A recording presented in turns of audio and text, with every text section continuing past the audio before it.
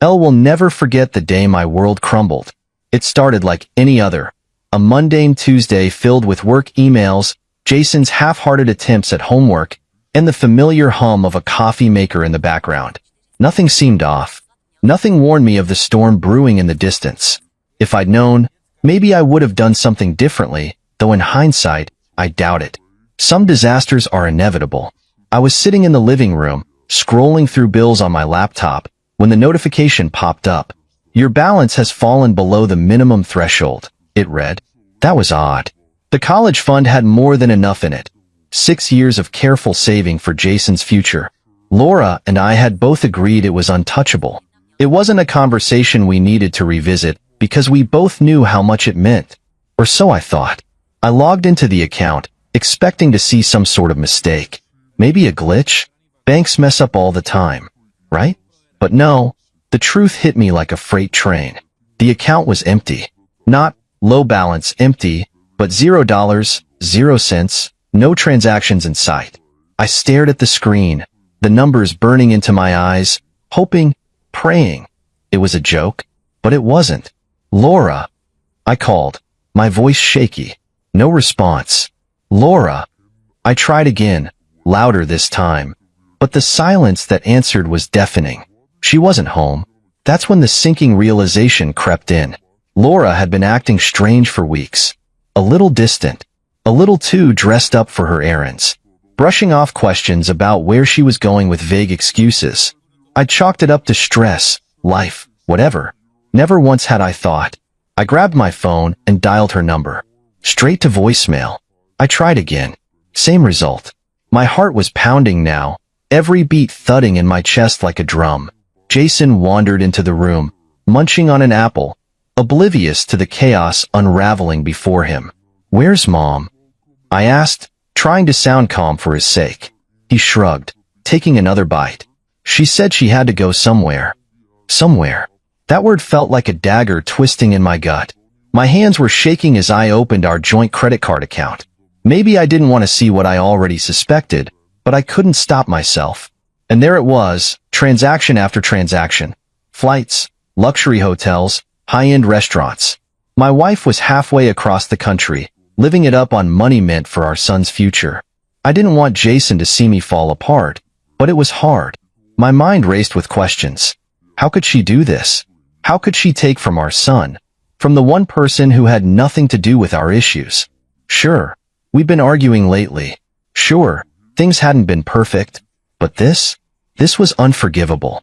Jason must have noticed the look on my face because he came over and put a hand on my shoulder.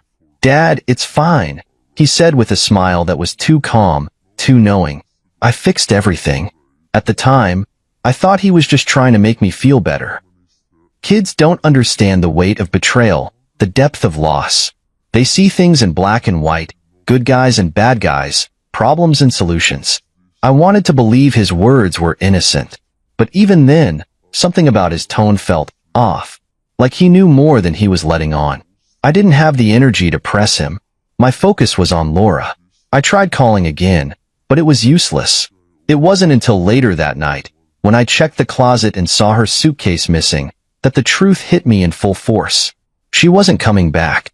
She had emptied the account, packed her bags, and walked out on her family. On me. On Jason. The anger came in waves, each one more intense than the last. I wasn't just furious at her. I was furious at myself. How could I have missed the signs? How could I have let this happen under my nose? Every transaction, every lie, played on repeat in my mind like a cruel movie I couldn't turn off. Jason stayed quiet most of the evening, watching me with that same calm expression. When he finally went to bed, I sat alone in the dark, replaying the last few months, trying to find answers. But there weren't any. There was just a gaping hole where trust used to be, and a betrayal so deep it threatened to swallow me whole. I'd like to say I found some clarity that night, some resolve to move forward, but I didn't. All I found was the cold, bitter truth. The woman I loved had chosen herself over her family, and there was no coming back from that. What I didn't know, as I sat there drowning in my grief, was that Jason had already started working on a solution, one I couldn't have imagined in my wildest dreams. The days following Laura's betrayal were a blur. I was barely functional, running on autopilot, consumed by anger, confusion, and heartbreak. But Jason? Jason was unshaken. If anything, he was eerily composed for a 10-year-old whose mother had just abandoned him. He still went to school, still did his homework, still played with his Legos like nothing had changed. At first, I chalked it up to shock. Kids process trauma differently, right? But the truth was, Jason wasn't ignoring the situation. He was working on it. It started small. I'd catch him typing furiously on his tablet, his face scrunched up in concentration. He'd glance at me and quickly minimize the screen, brushing it off with a casual, "Just homework, Dad." I didn't think much of it at the time. After all, he'd always been a whiz with technology, coding, gaming, whatever. It was his thing. But then there were the whispered phone calls. "Who are you talking to?" I asked one evening, catching him in the kitchen with the phone pressed to his ear. He looked startled, like a deer caught in headlights. Nobody," he said, shoving the phone into his pocket and hurrying out of the room. I didn't press him. I figured he was talking to a friend, or maybe even a counselor from school. Everyone handles grief differently, I told myself. Maybe this was his way of coping. Then there was the garage. Jason started spending hours in there, tinkering with tools and wires. I didn't pay much attention at first. I assumed he was working on one of his little engineering projects. He'd always been good at building things. Robots, model planes, stuff like that. But one night, curiosity got the better of me. I wandered into the garage to see what he was up to, and what I found stopped me cold. There was a whiteboard covered in diagrams, equations, and flowcharts. It looked like something out of a spy movie. Next to it was a laptop with lines of code scrolling across the screen. Jason was sitting at the workbench, soldering something that looked suspiciously like a listening device. When he saw me, he jumped up, trying to block the whiteboard with his small frame. "What's all this?" I asked, genuinely baffled. "Nothing, Dad. Just a project for school," he said, too quickly, too defensively. I raised an eyebrow. "A school project? Since when does 4th grade require surveillance equipment?" Jason's face turned red, and for a moment, I thought he might actually confess. But then he just shrugged and muttered, "You wouldn't get it," before packing up his tools and heading back inside. I stood there, staring at the whiteboard, my head spinning. Whatever Jason was working on, it wasn't for school, and it wasn't just a hobby. As the days went on, the strange behavior only escalated. Jason started asking oddly specific questions about Laura's finances. Did she have other accounts? Did I know her passwords? Did she ever talk about offshore investments? At first, I thought he was just being curious, but then I realized he was gathering information. "Why do you want to know all this?" I asked one evening. Jason shrugged, not looking up from his tablet. "No reason. Just wondering." "Jason," I said, my voice firm, "this isn't normal. If something's bothering you, you need to tell me." He finally looked up, his expression unreadable. "I told you, Dad. I'm fixing it. You'll see." That night, I couldn't sleep. Jason's words kept echoing in my mind. Fixing it? What could he possibly mean by that? I thought about confronting him, demanding answers, but something held me back. Maybe it was exhaustion, or maybe it was a small, irrational part of me that trusted him, trusted that he really did know what he was doing. The next morning, I found him in the kitchen, typing away on his laptop. He didn't even notice me standing there, watching him. His fingers flew across the keyboard with the kind of confidence that didn't belong to a 10-year-old. "Jason," I said softly, and he froze. "Yeah, Dad?" I wanted to ask him what he was doing, what he was planning, but the words caught in my throat. Instead, I just said, "Breakfast is ready," and walked away. Looking back, I should have pressed him harder. I should have demanded to know what he was up to. But part of me didn't want to know. Part of me was afraid of what I might find out. Over the next few days, Jason's behavior became more secretive. He stopped leaving his tablet unattended. He locked the garage whenever he was working. He even started covering the whiteboard with a sheet when he wasn't using it. And then, just as I was starting to convince myself that it was all harmless, Laura called. It was late afternoon when my phone rang. I was standing by the kitchen sink, staring blankly out the window, still trying to piece my life back together. Jason was in the living room, playing on his tablet, completely immersed as usual. I glanced at the caller ID and froze. Laura. My first instinct was to let it ring. Why should I answer? What could she possibly say to justify what she'd done? But curiosity got the better of me, and against my better judgment, I picked up. What do you want? My voice was cold, sharper than I intended, but I didn't care. Alex, she cried, her voice frantic and trembling. Oh my God, Alex, you have to help me. Help her? The audacity of her request made my blood boil. Help you? I spat. You emptied our son's college fund and ran off with your boyfriend. Why on earth would I help you? Alex, please, just listen to me, she begged, her voice cracking.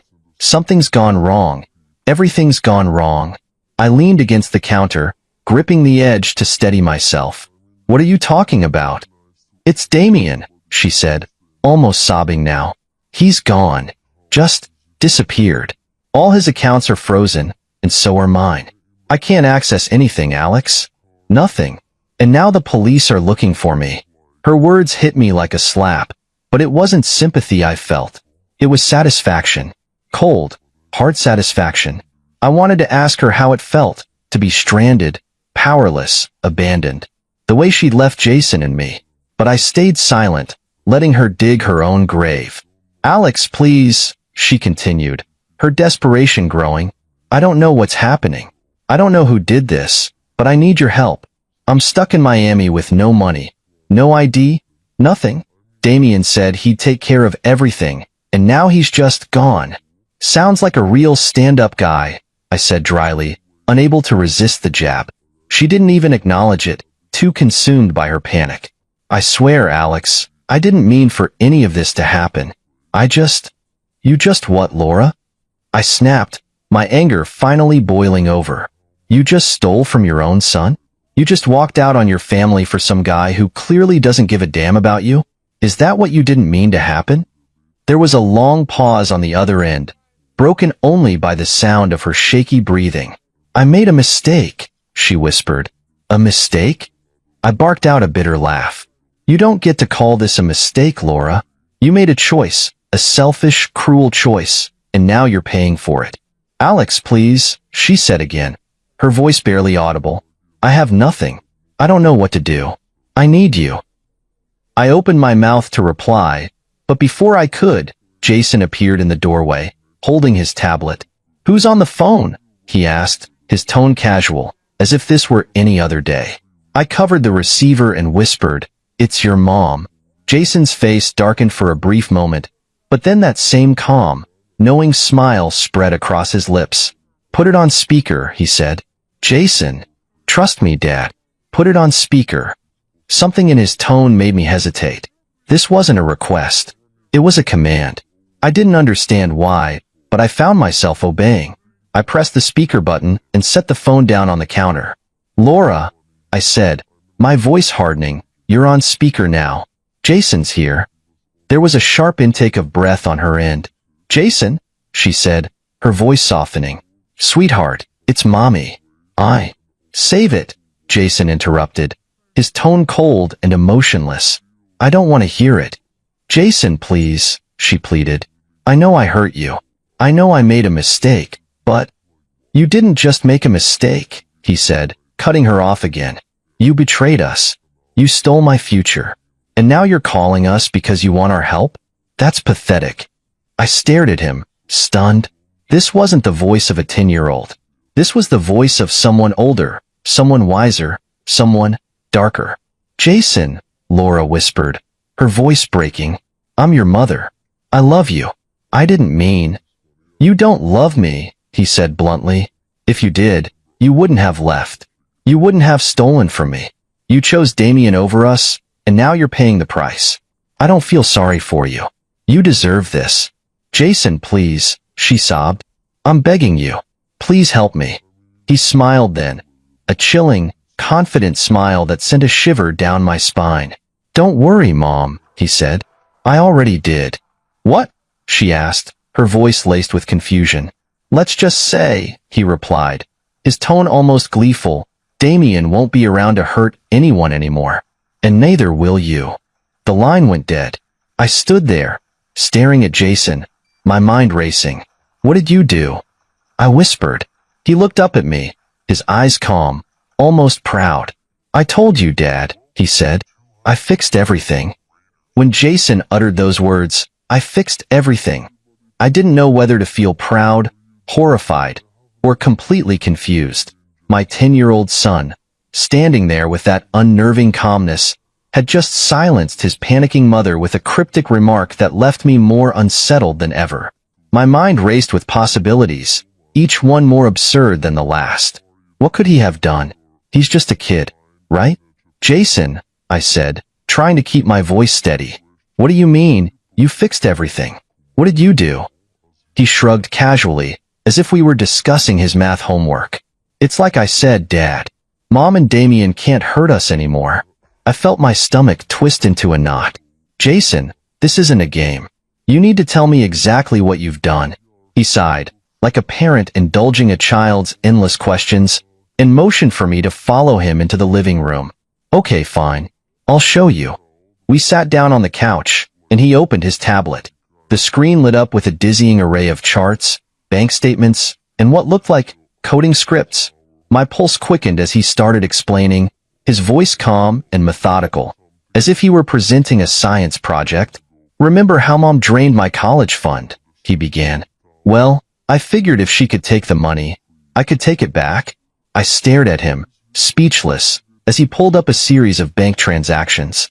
Sure enough, the $50,000 Laura had stolen was back in the account. Not just sitting there, but reorganized and invested in a way that made my head spin. How did you? I stammered. Easy, he said, as if hacking into bank accounts was as simple as tying his shoes. Mom wasn't exactly careful with her passwords. I just used the ones she saved on her phone to access her accounts. Damien's, too. He wasn't any smarter. Once I was in, I transferred the money back to where it belongs. That's illegal, I said, though my voice lacked conviction. He shrugged again.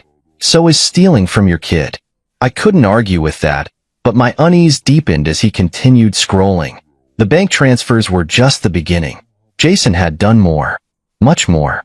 Damien had a bunch of accounts in his name, Jason said, pointing to the screen. Turns out, he's been scamming people for years. Fake investments, shell companies, stuff like that. I reported everything to the authorities. Gave them all the evidence they need to lock him up for good. You reported him? I asked, my voice barely above a whisper. Yep. I even made sure the trail led back to Mom, too, he added, with a smirk that chilled me to the bone. She helped him spend the money, so technically, she's part of the scam. Now the police are watching her, too. Jason, do you understand what you've done? I said, my voice rising. This isn't just about getting the money back. You've put your mother in serious trouble. She put herself in trouble, he shot back, his tone sharper now. She chose Damien over us. She chose herself over us. Why should I feel sorry for her? I didn't know how to respond. He was right, of course. Laura had betrayed us in the worst possible way. But hearing those words come from my son, delivered with such icy detachment, made my chest ache. This wasn't just a 10-year-old taking a stand. This was something darker. And Damien? I asked, dreading the answer. What do you mean? He won't be around anymore? Jason grinned. Oh, don't worry. He's fine for now. He just doesn't have any money or anywhere to hide. The authorities froze all his accounts. By the time they find him, he'll be broke and in jail. The casual way he said it, as if destroying a man's life was no different than squashing a bug, sent a shiver down my spine. Jason, I said, choosing my words carefully, why didn't you tell me about this before? Why didn't you let me handle it? He looked up at me, his expression suddenly softer. Because I knew you wouldn't do anything. You just let her get away with it because you're too nice. Someone had to stop her, Dad. Someone had to protect us. I felt like the ground had shifted beneath me. My son, my sweet, brilliant boy, had taken it upon himself to not just fix our situation, but to exact revenge in a way I couldn't have dreamed of. I didn't know whether to be proud of his resourcefulness or terrified of what it meant. Jason, I said after a long pause, I'm not sure this is the right way to handle things. He tilted his head, his calm demeanor never wavering. Maybe not, but it worked. I leaned back on the couch, running a hand through my hair. I didn't know what to say, what to feel. My son had done what I couldn't, taken control of a hopeless situation and turned it on its head. But at what cost? Jason closed his tablet and looked at me with that same unnerving confidence. Don't worry, Dad, he said. Everything's going to be okay now. But as I sat there, staring at him, I couldn't shake the feeling that things were far from okay. I didn't sleep much after Jason's revelation. How could I? The sheer magnitude of what he'd done kept replaying in my mind, like a movie stuck on an endless loop. My son, a 10-year-old, had engineered a scheme so intricate, so devastating, that it left a grown man and woman completely ruined. And the worst part? He didn't seem to feel the slightest shred of guilt about it. I told myself I'd talk to him in the morning, but life had other plans. The phone rang again. Laura. My first instinct was to ignore it. After all, what could she possibly say that would change anything? But a small, masochistic part of me wanted to hear her squirm. So I answered. What? I barked, not bothering with pleasantries. Alex, please, she sobbed. I need your help. I'm begging you. The sound of her voice was almost unrecognizable. Gone was the confident, self-assured woman who had waltzed out of our lives without a second thought. In her place was someone desperate, broken. You've got some nerve calling me, I said coldly. Alex, listen to me, she said, her words tumbling out in a frantic rush. The police are after me. They froze all my accounts. Damien's gone, just vanished. I don't even know where he is. I'm stuck, Alex. I don't have any money. I don't have anywhere to go. And whose fault is that? I cut in, my voice rising. Alex, please, she cried. I know I messed up, okay? I know I hurt you and Jason, but I didn't deserve this. I don't deserve to be left with nothing. I let out a bitter laugh. You emptied our son's college fund, ran off with your boyfriend, and now you're crying because the consequences caught up to you? You do deserve this, Laura. Every last bit of it. There was silence on the other end, broken only by her shaky breathing. I didn't think it would get this bad, she whispered. You didn't think at all, I snapped. You were too busy living it up with Damien to care about what you left behind. Well, guess what, Laura? You made your bed. Now you get to lie in it. She started sobbing then, loud and uncontrollable. Alex, I'm begging you. Please, just help me get out of this mess. I don't have anyone else to turn to. I felt my jaw tighten. Anyone else to turn to? The sheer audacity of that statement made my blood boil. After everything she'd done, she had the gall to act like a victim, like I owed her anything. There's nothing I can do for you, I said flatly. Don't say that, she pleaded. You can talk to the police, tell them it was all Damien's fault. Because lying to cover for you worked out so well the first time, I said, cutting her off. No, Laura. I'm done cleaning up your messes. Alex, please, she shouted, her voice breaking. If not for me, then for Jason. Do it for him. That was the last straw. Don't you dare bring Jason into this, I said, my voice dangerously low. You don't get to play the concerned mother now, not after what you did to him. You made it perfectly clear where your priorities lie, and they weren't with your family. Alex, I'm sorry, she cried. I didn't mean for any of this to happen.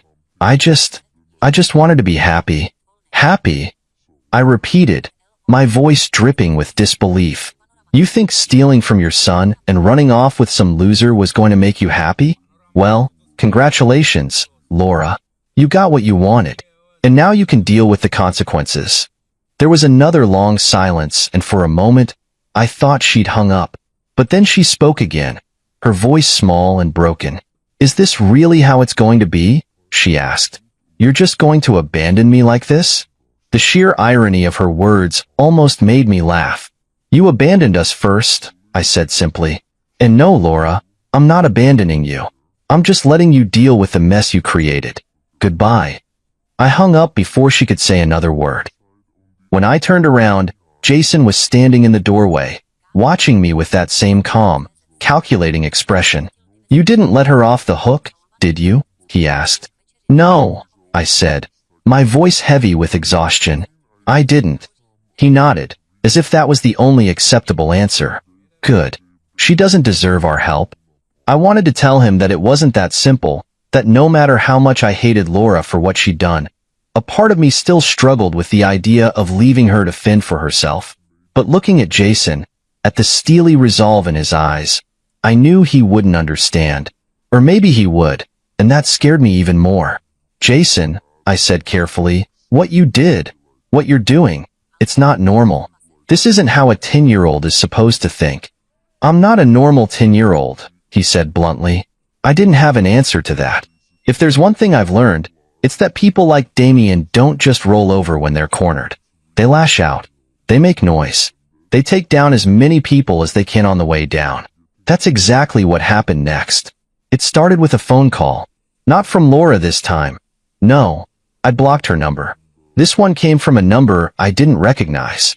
Against my better judgment, I picked up, thinking maybe it was the authorities finally catching up to Damien.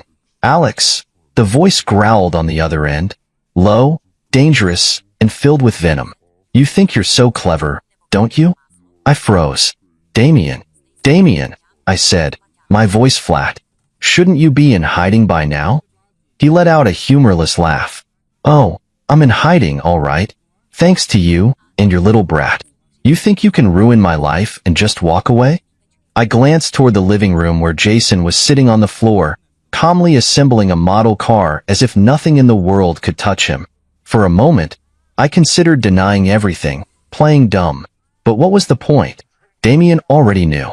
"You got what you deserved," I said, keeping my tone even. "You stole from my family. You didn't think there'd be consequences?" "You don't know who you're dealing with," he snarled. "You think this is over? It's not over. Not by a long shot." "What are you going to do, Damien?" I asked, my patience wearing thin. "You're broke. You're wanted. You're finished." "Maybe," he said, his voice chillingly calm. "But I'm not going down alone. I know where you live, Alex. I know where your son goes to school. And if you think I'm just going to sit back and let you ruin me, you're dead wrong." My blood ran cold. He wasn't bluffing. Damien was many things. A liar, a thief, a coward. But he wasn't the kind of man to make empty threats. "You stay away from my son," I said, my voice shaking despite my best efforts. "Or what?" he taunted. "You gonna sick your little hacker on me again? Go ahead. Let's see how far he's willing to go." I hung up before he could say another word. My hands were trembling as I set the phone down on the counter. For a moment, I just stood there, staring at it, trying to process what had just happened. "Who was that?" Jason asked, his voice startlingly calm. "Damien," I said, turning to face him. "He knows what you did, and now he's threatening us." Jason didn't even flinch. "Let him try," he said, his tone so cold it sent a shiver down my spine.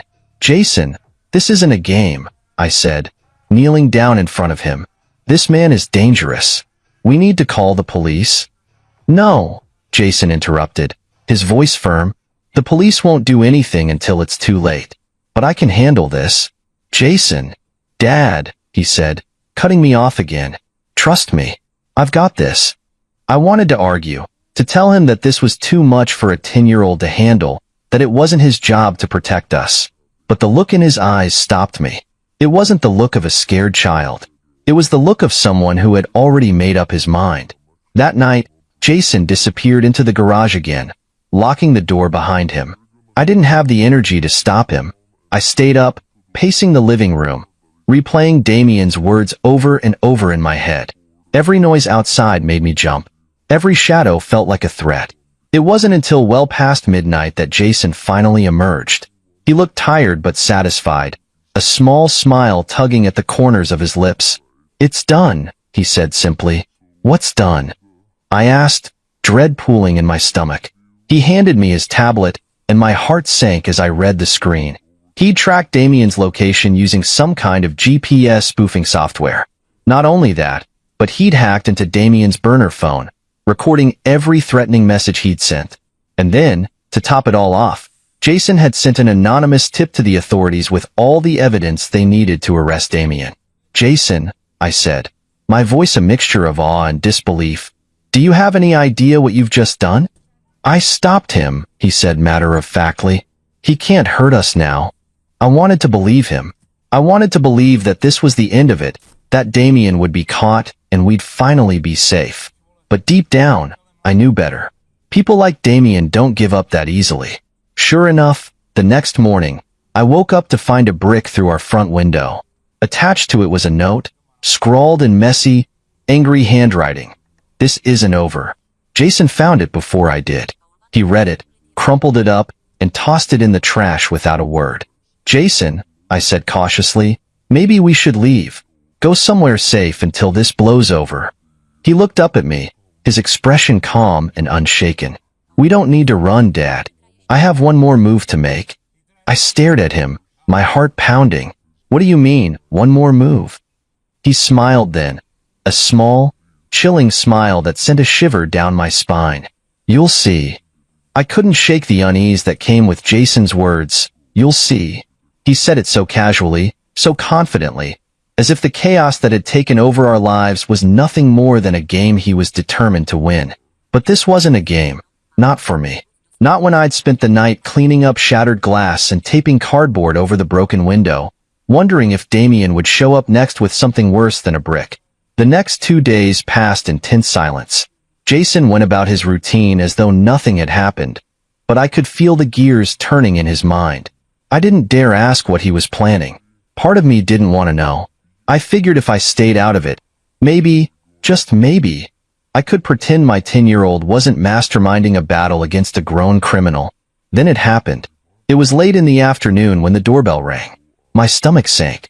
No one had come by in days, not since the brick, and I wasn't expecting anyone. Jason glanced up from his tablet, his face unreadable. "Don't answer it," I said instinctively, my voice low. Jason didn't reply. He just stood up, walked to the door, and peered through the peephole. Then, without hesitation, he unlocked it and swung it open. Standing there, larger than life and twice as angry, was Damien. His face was a twisted mask of fury, his eyes bloodshot and wild. He was a shadow of the smug, confident man I'd seen in old photos with Laura. This Damien looked desperate and dangerous. "Where is he?" Damien growled, stepping into the doorway without invitation. I moved to block his path, my heart pounding.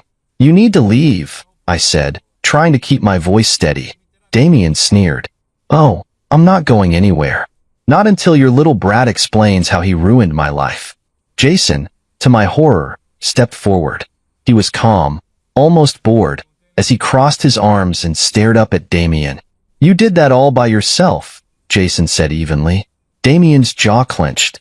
"Listen, you little—" "You're broke," Jason interrupted, his tone sharp and cutting.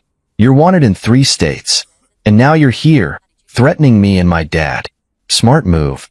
I reached for Jason, intending to pull him back, but he shook off my hand. "Jason, stop," I hissed. But Jason didn't stop. He stepped closer to Damien, his voice steady and cold. "You shouldn't have come here. You're just making things worse for yourself." Damien let out a bark of laughter. "Worse? Kid, I've got nothing left to lose." "That's where you're wrong," Jason said, his lips curling into a small, chilling smile.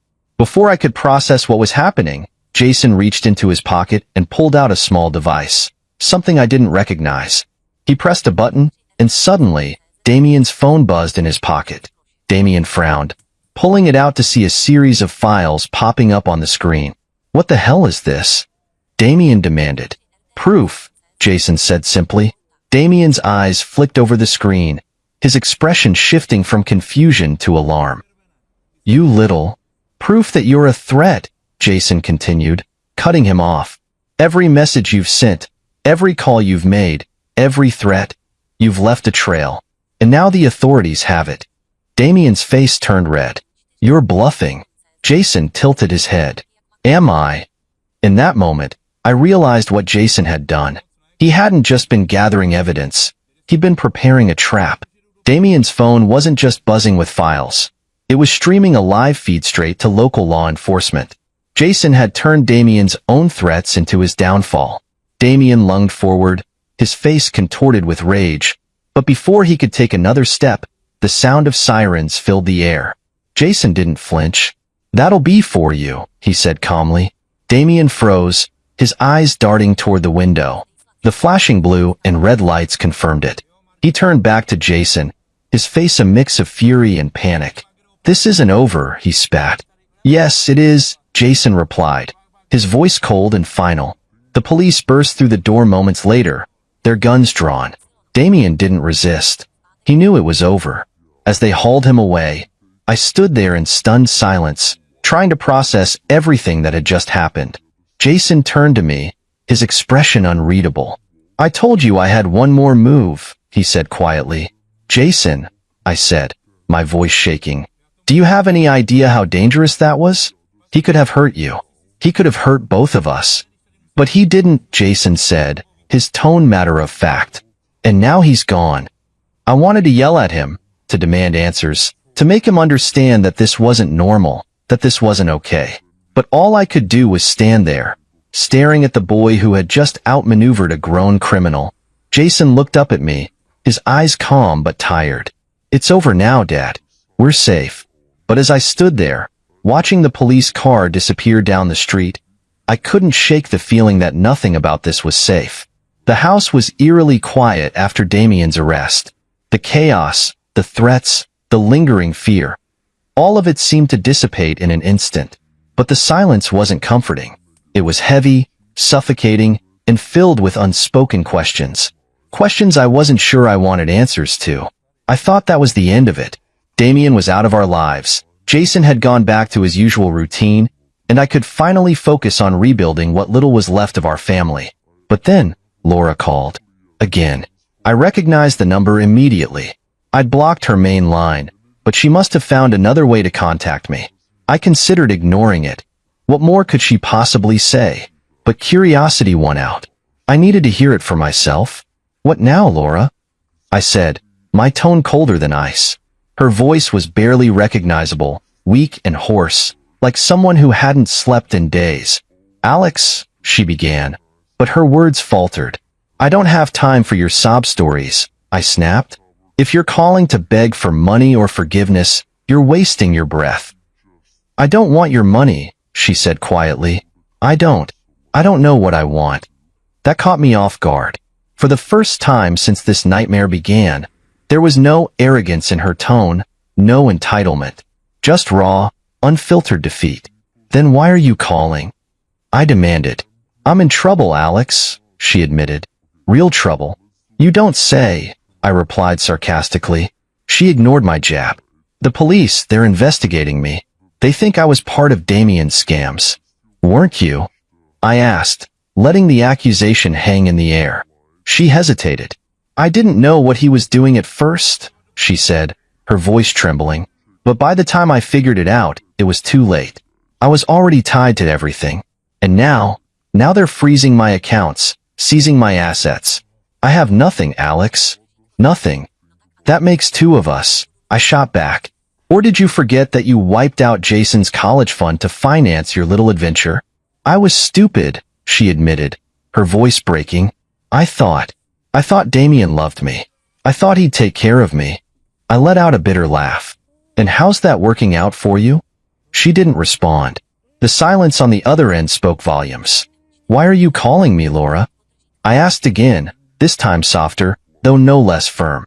"Because you're all I have left," she said quietly. "You and Jason." Her words hit me like a punch to the gut. Not because they moved me. No, far from it. But because of how delusional they were. "You don't have us," I said firmly. "You lost us the moment you chose Damien over your family." "Alex, please," she begged, her voice cracking. "I made a mistake. I know I messed up, but I'm still Jason's mother. I need a second chance." "Second chance?" I repeated, incredulous.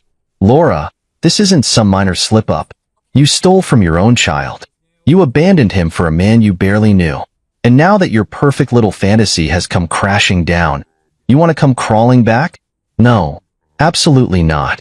Her sobs filled the line, but I didn't waver. I couldn't. Alex, I don't have anywhere else to go, she said, desperation seeping into every word. That's not my problem, I replied coldly. What about Jason? She asked, her voice trembling. Doesn't he deserve to have his mother in his life? Jason doesn't need you, I said bluntly. He's done more for this family in the past 2 weeks than you ever have. And he's done it without you. We don't need you, Laura. Not anymore. The line went silent. For a moment, I thought she'd hung up. But then she spoke, her voice barely above a whisper. So that's it? She asked. You're just going to turn your back on me? I let out a bitter laugh. You turned your back on us first, and now you're reaping what you sowed. She didn't respond. I heard her breathing, shaky and uneven, and then the call disconnected. When I turned around, Jason was standing in the doorway, watching me with that same calm expression he always wore. Was that Mom? He asked. I nodded. What did she want? To come back, I said simply. Jason didn't flinch. Did you tell her no? I did. He nodded, satisfied. Good. She doesn't deserve to come back.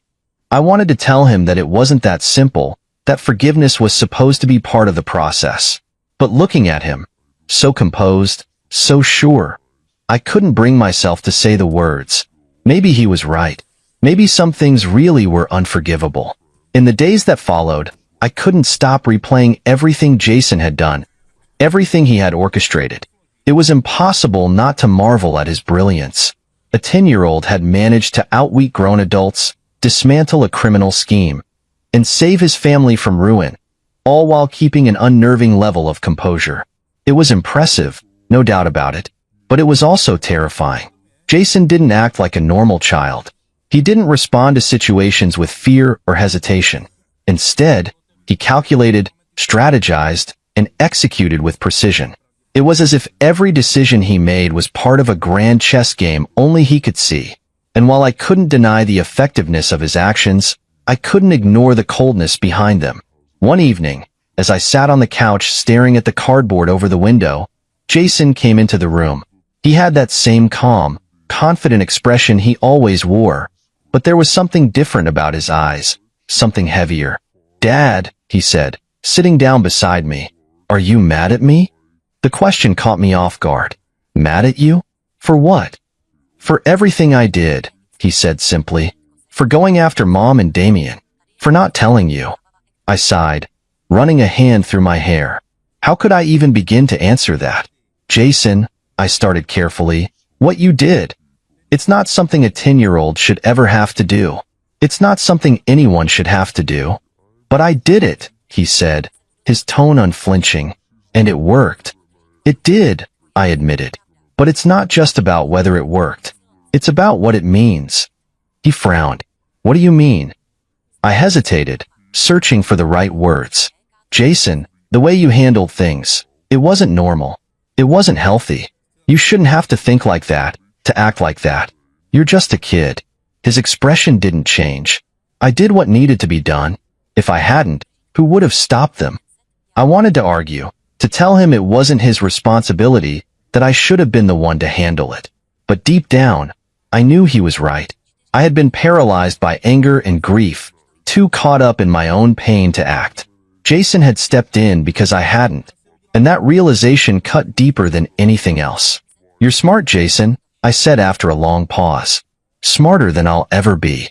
But you're also my son, and it's my job to protect you, not the other way around.